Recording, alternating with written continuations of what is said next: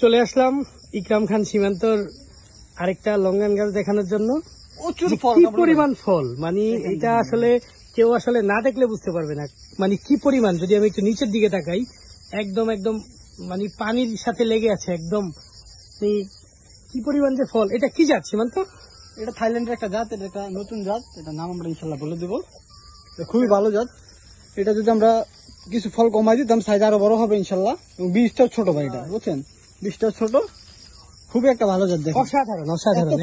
দেখেন আমি এর আগে এইরকম ফলন দেখি না। এই যে আমি যদি দেখাই এক একটা থোকাতে মানে প্রচুর ফল, প্রচুর, কোনো যত্ন নাই ভাই, দেখেন কোনো যত্ন নাই। হ্যাঁ আসলেই উপরেও আছে ফল, প্রচুর ফল ভাই, প্রচুর।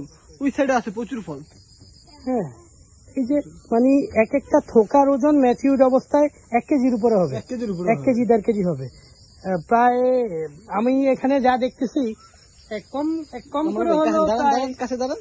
হ্যাঁ প্রচুর, মানে কি বলবো আসলে আল্লাহর কামরু ভাই চলে আসছে বাগানে, মানে অসাধারণ নিয়ামত। আমি যদি আরেকটু কাছ থেকে দেখাই, যেগুলি সব কিন্তু একদম ভরপুর, ফলন ভরপুর।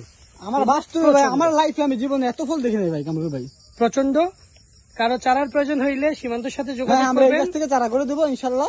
যত চারা হয় দেওয়া যাবে, সমস্যা নেই। এটার যাদের চারা প্রয়োজন হবে নিতে পারবেন। ধন্যবাদ সবাইকে।